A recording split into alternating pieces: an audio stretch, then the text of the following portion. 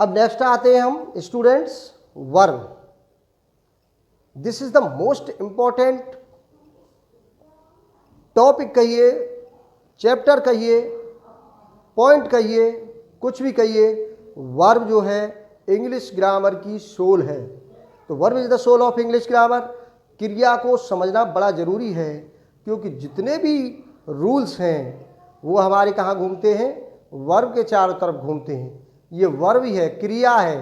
क्रिया समझ रहे हो ना, क्रिया करना, कर्म जो दुनिया भाग रही है, जो काम, उठना बैठना जागना सोना, ऐसे ही ये वर्ब इंग्लिश ग्रामर में भी क्या करती है, सबको, सब्जेक्ट को भी, ऑब्जेक्ट को भी, एडजेक्टिव को भी, जितने भी आपके रूल्स हैं किस पर डिपेंड करते हैं, वर्ब पर। एक्टिव से पैसिव जा रहे हैं, किस पर अंतर आया, वर्ब पर। डायरेक्ट से इनडायरेक्ट में पढ़ रहे हैं हम, वर्ब का फंक्शन।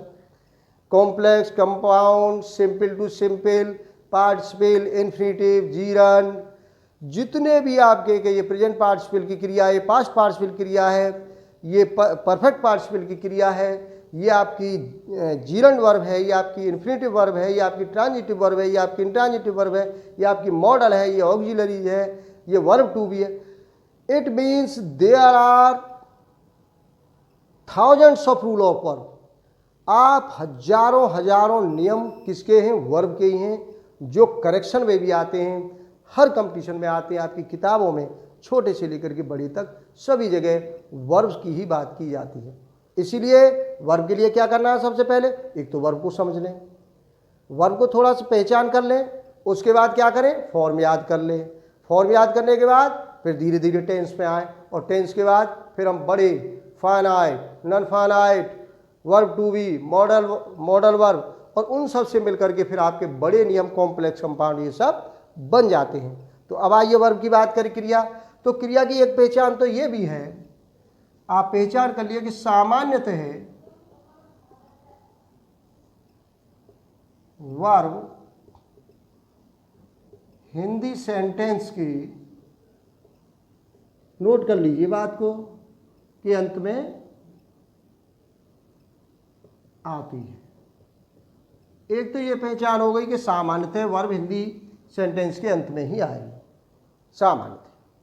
अब कभी कभी ऐसा होता है कि वाक्य के अंत में ना आए, वर्ब हो सकता है वाक्य के बीच में भी आए। अब वाक्य के बीच में भी आ सकती है, तो उसकी पहचान कैसे करेंगे, तो उसकी भी एक पहचान नोट कर लीजिए कि यदि सब्जेक्ट में ने क्या किया, को क्या हुआ, क्या करता है, क्या करती है, क्या करते हैं, क्या करेगा, करेगी, करेंगे, जौन से टेंस का होगा वही, आदि शब्द लगाकर प्रश्न करें,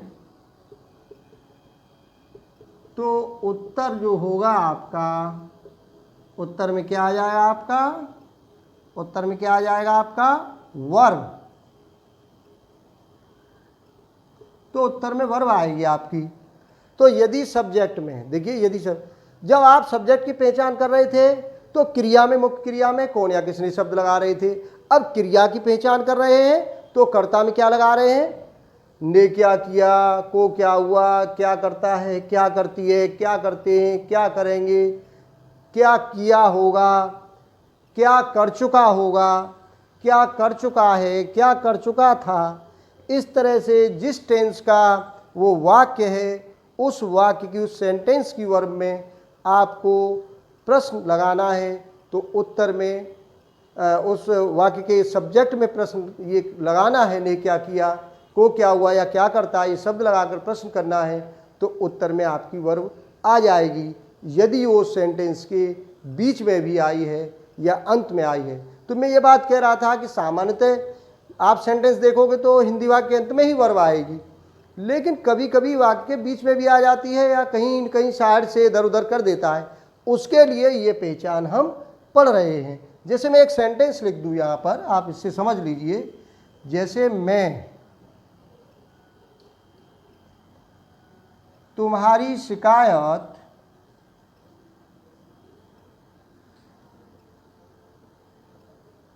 माताजी से करूँगा। मैं तुम्हारी शिकायत माताजी से करूँगा। अब वर्ब कौन सी है? ये है, देखिए बीच में आई है। ये तो वर्ब नहीं है हमारी, माताजी से करूँगा। अब आपको हमने एक नियम बताया कि सामान्यतः हिंदी वाक्य अंत में है।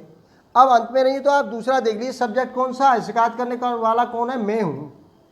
मैं क्या करूँगा? मैं क्या करूँगा? शिकायत। क्या है उत्तर में? शिकायत करूँगा। ऐसे ही और जैसे सेंटेंस हमने चाहे अंत में आ रही हो, जैसे सरला पत्र लिखेगी, तो सरला क्या करेगी? लिखेगी। जो कार्य उत्तर में आ रहा है आपका, वो आपकी वर्ब कहलाएगी। यदि आप सब्जेक्ट में इनमें से कोई शब्द लगाकर प्रश्न करोगे तो उत्तर में आपकी क्रिया आ जाएगी।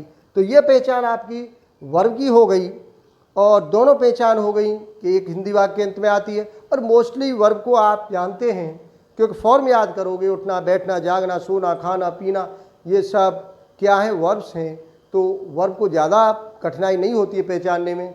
ऑब्जेक्ट को पहचानने में थोड़ी हो सकती है दिक्कत, सेंटेंस को। हाँ, तो ये ज़रूरी है कि आपको जब भी कोई सेंटेंस अंग्रेजी में दिया है तो भी आप उसे हिंदी में ट्रांसलेट करिए, उसका सब्जेक्ट पहचानिए, उसकी वर्ब पहचानिए, उसके ऑब्जेक्ट पहचानिए, उसके कंप्लीमेंट पहचानिए, तभी आप उसको सही करेक्ट कर सकते हो, तभी आप उसे एक्टिव से पैसिव में ले जा सकते हो, तभी आप उसका कॉम्प्लेक्स कंपाउंड या जो भी बनाना है वो कर सकते हो, और जो भी उसमें गलती है, एरर है, तभी आप उसे छांट सकते हो, जब तक आप सब्जेक्ट ऑब्जेक्ट वर्ब को ठीक प्रकार से उसे क्रम में नहीं समझ लोगे। तो ये हमारी वर्ब की बात थी, ये वर्ब समझ ली हमने।